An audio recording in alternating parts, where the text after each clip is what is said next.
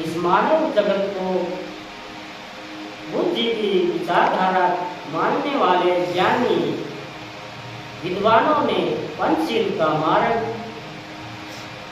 भारत देश की धरती से और पूरे विश्व में फैलाया। आइए हम सब आज पंचशील को उच्चारण करते हैं और इन शीलों को अपने जीवन में उतारने की कोशिश करते हैं। इन शीलों पर चलने की कोशिश करेंगे, इससे हमारे जीवन में बदलाव होगा, सभी प्रकार की समस्याओं का समाधान होगा। पाणातिपाता वीरमणि सिक्खापदे समाधियामि अधीनदाना वीरमणि सिक्खापदे समाधियामि कामेषु मिच्छाचारा वीरमणि सिक्खापदे समाधियामि मुसावादा वीरमणि सिक्खापदे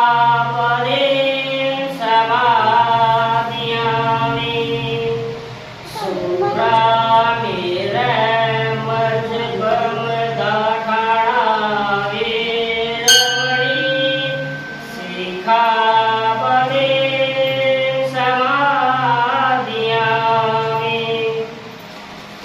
मैं बिना कारण किसी भी प्राणी की हत्या नहीं करूँगा, ऐसी शिक्षा ग्रहण करता हूँ। मैं चोरी नहीं करूँगा, ऐसी शिक्षा ग्रहण करता हूँ। मैं व्यभिचार नहीं करूँगा, ऐसी शिक्षा ग्रहण करता हूँ। मैं बिना कारण के झूठ नहीं बोलूँगा, ऐसी शिक्षा ग्रहण करता हूँ। मैं नशीलों पदार्थों का सेवन नहीं करूँगा, ऐसी शिक्षा ग्रहण करता हूँ। यही त्रिशरण पंचशील ग्रहण करना बौद्ध दीक्षा विधि है और यही बौद्ध गृहस्थों अथवा उपासकों के लिए नित्यशील भी है। इन शीलों के ऊपर जो व्यक्ति चलता है उसके जीवन में सभी प्रकार की समस्याओं का समाधान हो जाता है, क्योंकि इंसान के अंदर अच्छे गुणों का वास होगा, उसके अंदर सभी प्रकार की बुराइयां दूर चले जाएंगे, उसको सुख ही सुख, आनंद ही आनंद अपने जीवन में मिलता रहेगा।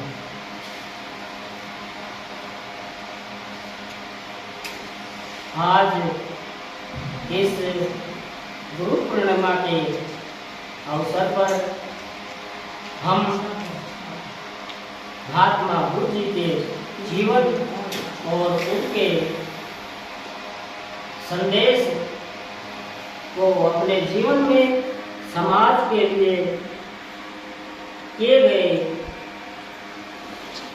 कार्य पूरे आज विश्व में ब्रह्मांड में व्यापक है।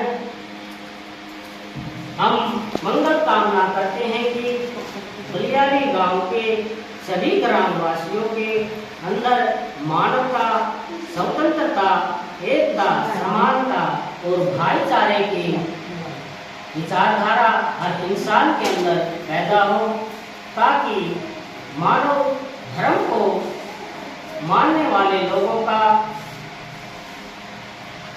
यहाँ पर हर प्रकार से एकता बने, भाईचारा बने, सभी प्रकार की समस्याओं का समाधान हो।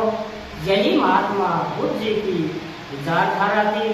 महात्मा बुद्ध जी की विचारधारा को इस भारत देश के अंदर बाबा साहब B.R. अम्बेडकर जी ने 1956 में बौद्ध धर्म को ग्रहण करके अपने मूल निवासी बहुजन समाज को, भारत देश के लोगों को अंधविश्वास, पाखंडवाद से बाहर निकाला धर्म की गुलामी से आज़ादी दिलाई और एकता, अखंडता, मानवता, बंधुता, भाईचारा और करुणा का संदेश अपने समाज को दिया, जिसकी बदौलत संपूर्ण भारत आज भारतीय संविधान को मानता है और उस पर चलता है, क्योंकि भारत देश भारत के संविधान के अनुसार चलता है। जो इस देश के संविधान को नहीं मानता वो देश द्रोही है, उसे भारत देश में रहने का कोई अधिकार नहीं है। बाबा साहब भीमराव अम्बेडकर जी ने अपने समाज के लिए, इस भारत देश के लोगों के लिए जो बलिदान दिया उसको भूलना नहीं चाहिए।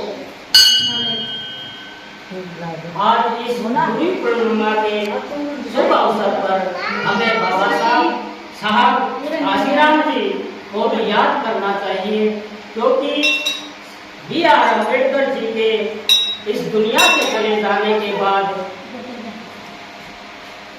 भारत देश में बहुजन समाज में जो विचारधारा भूल चुके थे, गुरु रविदास जी की, कबीर जी की और जो समानता की बात करने वाले संत महापुरुष हुए, ज्योतिबा फुले, पेरियार जी, नारायण जी, सभी को भूल चुके थे।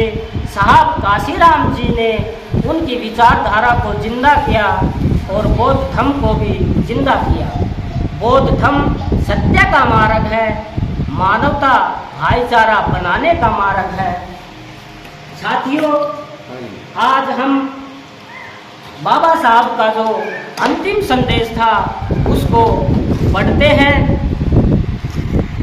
बाबा साहब ने कहा था, मैं हिंदू धर्म में पैदा हुआ, यह मेरे बस की बात नहीं थी, परंतु मैं हिंदू धर्म में मरूंगा नहीं, यह मेरे बस की बात है।